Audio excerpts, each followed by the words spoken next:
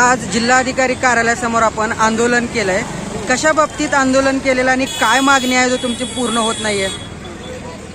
आम्ही आंदोलन केले आज देशव्यापी म्हणून आणि आमच्या मागण्या आज 25 वर्ष झालं 2002 ते 3 मध्ये योजना निघालेले. आम्हाला ह्या बायखालीची 50 पैसे होतं. 50 पैशापासून 83 रुपये आतापर्यंत आले. ह्या 25 वर्ष हे सरकारचं हे मानधन देणं आहे बघा आम्हाला. त्या सरकारच्या लक्षातही नाही की आपण काय करता काय त्याला मतदान फक्त पाहिजे या सरकारला, दुसरं काय नाही त्याच्या लक्षातही नाही. एवढा गरिबावर अत्याचार केलाय की आज 83 रुपयापर्यंत काम करून देते. 83 रुपये म्हणजे कुठं आहेत का? तर आम्हाला हरियाणामध्ये केरळमध्ये 18,000 मानधन आहे. ती द्यावं शासनानं आणि आमच्या मागण्या पुऱ्या कराव्या. नाही केल्या तर आम्ही कलेक्टर ऑफिसला ते धाराशिव जिल्हा संपूर्ण 3,266 बाई ते आम्ही एकजुटीने येऊन धरणे आंदोलन धरू. हे आमची मागणी. ठीक आहे. आपण आतापर्यंत भरपूर वेळेस आंदोलने केली, भरपूर वेळेस उपोषणे केली, भरपूर वेळेस अर्ज दिले. सरकार याकडे लक्ष देत नाही असं आपलं म्हणणं आहे. मग आता आपण धरणे आंदोलन करणार आहात. कशा प्रकारचं धरणे आंदोलन असणार आहे अमर आणि काय? उपोषण करणार आम्ही आता संचालक मध्ये घेतो तर ते म्हणले अधिवेशन चालू आहे, तुम्ही अमर उपोषण करू नका. मग आता जर नाही तर आता प्रत्येक जिल्ह्यामध्ये आमदार आले, आम्ही पत्र दिले, निवेदन दिले, त्याने ते मुद्दा पण मांडलाय अधिवेशनमध्ये. मग अधिवेशन संपल्यावर आम्ही 1 महिना वाट बघू. नाही आमचा मान्य केल्या मागण्या तर आम्ही उपोषण कलेक्टर ऑफिस पुढे धरू. ठीक आहे. काय मागण्या आहेत? आज आपण आंदोलन केलेलं आहे. कशा बाबतीत आंदोलन आहे? हे आजचं जे आंदोलन आहे ते शालेय पोषण आहार कामगार संघटनेचं आंदोलन आहे आणि हे देशव्यापी आंदोलन आहे. आणि या आंदोलनाच्या माध्यमातून आम्ही गेल्या कित्येक वर्षापासून शासन दरबारी आमच्या मागण्या मांडलेल्या होत्या, ठेवलेल्या होत्या. परंतु सरकारनं एकही वेळेला आमचा विचार केलेला नाही.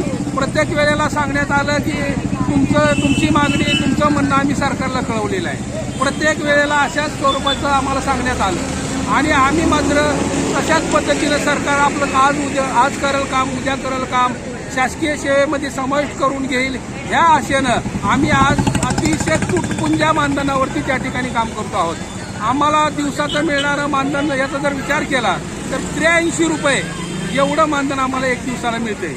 आणि या मोबदल्यामध्ये सरकार मात्र आमच्याकडून अनेक स्वरूपाची कामं करून घेत आहे आणि जे काही आमच्या याचे कक्षेत बसत नाहीत अशी सुद्धा कामं शासनाच्या वतीनं, शाळेच्या वतीनं आमच्याकडून करून घेतले जातात. त्यामध्ये साफसफाई असेल, टॉयलेट सफाई असेल, अशा स्वरूपाची सुद्धा कामं आमच्याकडून हे शासन करून घेत आहे. आणि म्हणून आम्ही शासनाकडे वारंवार मागणी केलेली आहे की बाबा आम्हाला ह्याचं पुरेपूर मानधन मिळावं.